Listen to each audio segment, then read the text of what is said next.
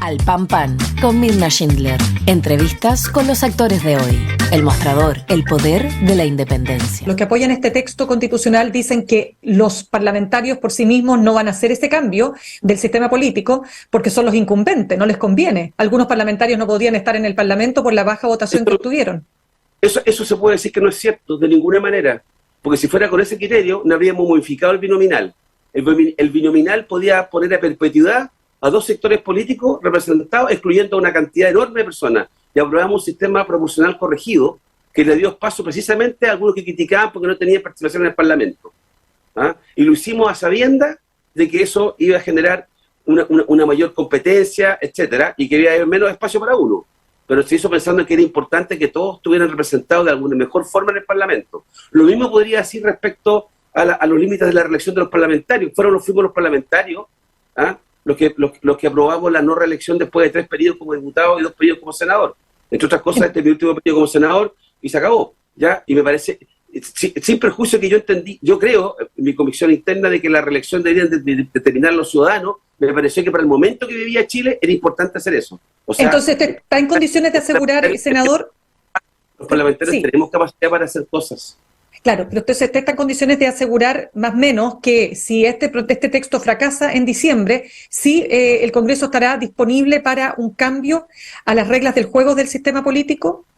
Yo lo voy a empujar eso, pero lo que quiero tratar de transmitir recién, la respuesta es sí, ¿ya?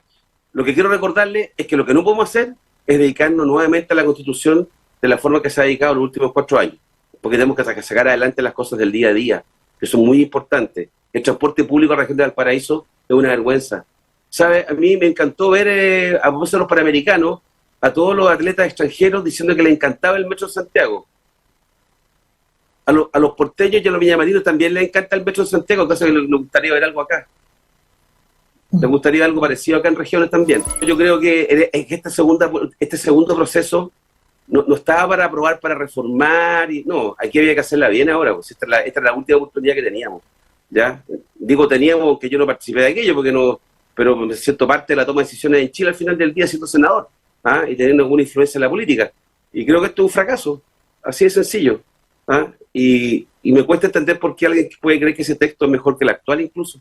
Y ahí yo creo que cometen un error, la derecha en particular en Chile Vamos, de creer de que los resultados electorales del plebiscito pasado y del resultado de mayo, cuando se eligió a un importante número, de una mayoría significativa de republicanos, ¿ya?, y que le dio la mayoría republicana de Chile Vamos en el nuevo proceso constituyente, es creer que eso es porque los chilenos coinciden con sus ideas. Yo no creo eso. Yo creo que los chilenos sí están hastiados de que no logramos avanzar y están dándole espacios y oportunidades a quienes no han tenido responsabilidades. Algo similar que ocurrió con el Frente Amplio y la Pro Dignidad. ¿Ya? Dijo, ellos no han gobernado, le damos la oportunidad. Otra cosa es qué es lo que ha ocurrido, los casos que hemos conocido, y en el caso republicano van por el mismo camino. Y yo creo que se van a pisar la huasca si es que eventualmente ganan en contra. Siempre es más fácil ser populista, ¿ah?, que ser responsable, ¿ah?, o ser más maduro. ¿Ah? Siempre es más difícil tener la mirada larga que la mirada corta. Siempre va a ser más difícil. ¿Ya? Pero yo creo que hay buenos argumentos por los cuales se puede argumentar de que el en contra tiene una razón, que fue la exclusión de ponernos de acuerdo, la incapacidad de ponernos de acuerdo. Lo veo un poquito desencantado, senador. No, ¿Sí, yo estoy no? ¿No? muy creo que tenemos todo para hacer las cosas mejor en Chile. Todos los recursos. ¿Ah? Pero lo que está primando es un corto plazo respecto a intereses que no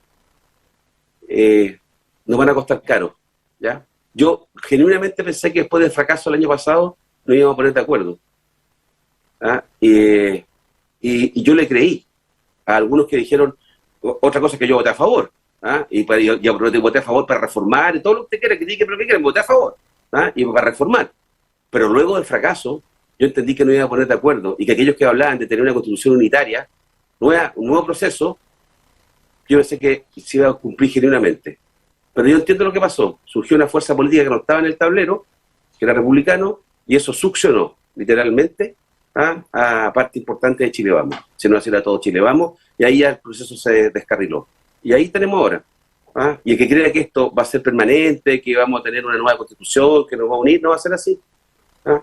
Entonces, esto es una oportunidad perdida, como quiera que sea, esto es una oportunidad perdida. ¿Ah?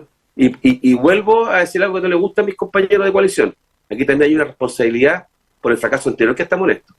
Si lo habríamos sacado bien a la primera, no estaríamos acá.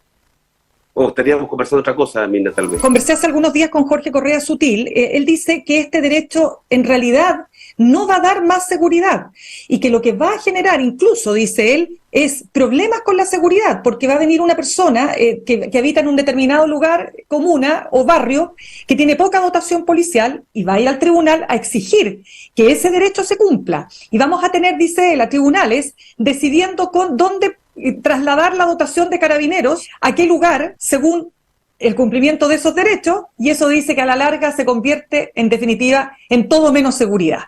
¿Qué opina usted? A ver, la verdad que todos los cambios, por cierto, van a generar conductas distintas en la ciudadanía. Podría suceder lo que usted dice. Sin embargo, hay que recordar que en nuestra Constitución actual y en la propuesta constitucional, lo que tiene que ver con la distribución de las Fuerzas Armadas y también de Carabineros es una materia de ley, y es una materia de ley que además está muy relacionada con la función central del presidente de la República. Creo que de alguna manera este proyecto constitucional refuerza la responsabilidad del presidente de la República y refuerza también el deber del Estado de dar seguridad. En consecuencia, si bien alguien podría acudir a tribunales para exigir que exista más equidad, por ejemplo, en la distribución de las fuerzas de carabineros, cuestión que no me parece mala, es poco probable que los tribunales estimen que esa es una competencia que puedan asumir, porque de hecho, el mismo borrador constitucional cuida señalar que los tribunales deberán resolver conflictos entre partes y no adoptar políticas públicas. Y probablemente uno podría entender que la forma en que se distribuye el carabinero en las distintas comunas es propio de una política pública. Quiero decir que los problemas espantosos que tienen que enfrentar las mujeres que se señalan en la ley de aborto en tres causales, que son la situación de violación, el tener que llevar un embarazo que se sabe que no va a llegar a término porque es inviable el feto, o el peligro para la propia vida de la madre. Todas esas situaciones también pueden ser tratadas por el derecho con otro mecanismo que no lleve a la encarcelación de nadie, sin que sea necesario la ley de aborto tres causales. Dicho eso, yo quiero señalar que el modificar la normativa de la forma que está propuesto en la Constitución efectivamente impide que exista en Chile un aborto libre.